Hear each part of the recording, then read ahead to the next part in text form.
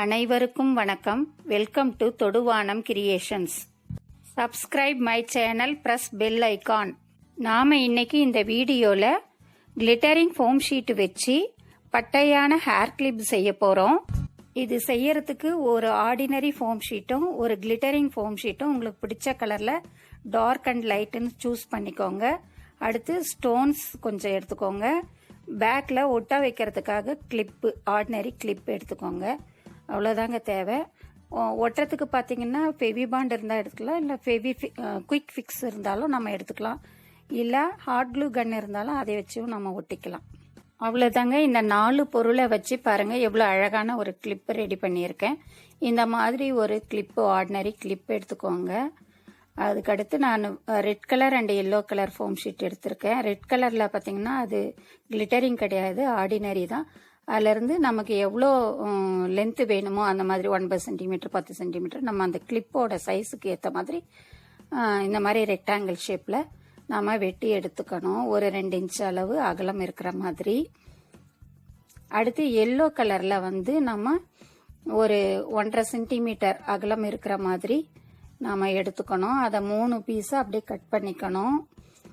Length பார்த்தீங்கன்னா நமக்கு எந்த லென்த்து வேணுன்றது அப்ராக்சிமேட்டாக தான் நம்ம எடுக்க போகிறோம். ஒரு 15 சென்டிமீட்டர் அந்த அளவுக்கு தான் எடுக்க போகிறோம்.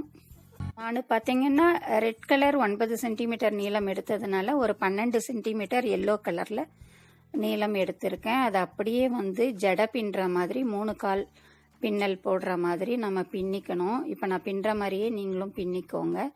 இந்த எல்லோ கலர் பார்த்தீங்கன்னா கிளிட்டரிங் ஃபோம் ஷீட்டு. அதில் எல்லாத்தையும் பின்னி முடிச்சிட்டேன். ஃபைனலாக வந்து குயிக் ஃபிக்ஸ் வச்சு நான் அதை அப்படியே 3 பீஸையும் ஒன்றா சேர்த்து ஒட்டி விடுறேன். நான் ஒட்டுற மாதிரி ஒட்டுங்க, இல்லை ஃபெவி பாண்ட் இருந்தால் கூட நீங்கள் ஒட்டிக்கோங்க.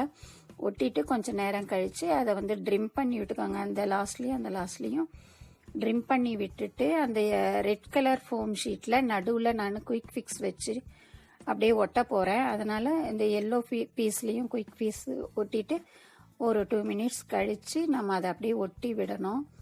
ஒட்டி விட்டால் நல்லா பிடிச்சிக்கும், நல்லாவே ஒட்டிக்கும். அது இந்த மாதிரி ஒட்டி விட்டுட்ட பிறகு நம்ம அதை அப்படியே இந்த கிளிப்பில் வச்சு ஒட்ட போகிறோம். அந்த கிளிப்பில் ஒட்டுறதுக்கு 4 பக்கமும் அதை தடவி குயிக் ஃபிக்ஸ் இதுலேயும் தடவணும், அந்த கிளிப்லேயும் தடவணும். தடவி விட்டு அப்படியே நாம் பேஸ்ட் 2த்தையும் ஒன்றா வச்சு அட்டாச் பண்ணி கொஞ்ச நேரம் அப்படியே அழுத்தி பிடிச்சு விட்டோம்னாவே நல்லா ஒட்டிக்கும்.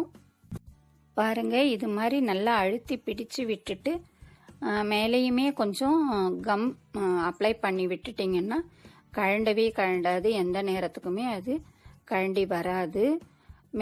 அதுக்கடுத்து பார்த்தீங்கன்னா இதை இன்னும் கொஞ்சம் நல்லா டெக்கரேட் பண்ணலான்னு எனக்கு தோணுச்சு. அதனால் இந்த மாதிரி ஸ்டோன்ஸ் கொஞ்சம் எடுத்து வச்சுருக்கேன்.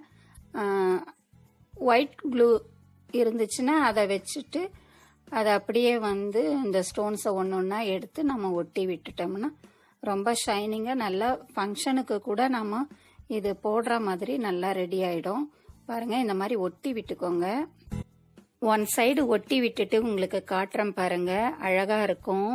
அவ்வளோதாங்க, இந்த கிளிப்பு 5 நிமிஷத்தில் ரெடி ஆகிடுச்சு. பாருங்கள், இந்த வீடியோ உங்கள் எல்லாருக்கும் பிடிச்சிருக்கும்னு நினைக்கிறேன். பிடிச்சிருந்தா லைக் பண்ணுங்கள், ஷேர் பண்ணுங்கள், கமெண்ட் பண்ணுங்கள், மறக்காமல் சப்ஸ்கிரைப் பண்ணுங்கள். தேங்க்யூ ஃபார் வாட்சிங்.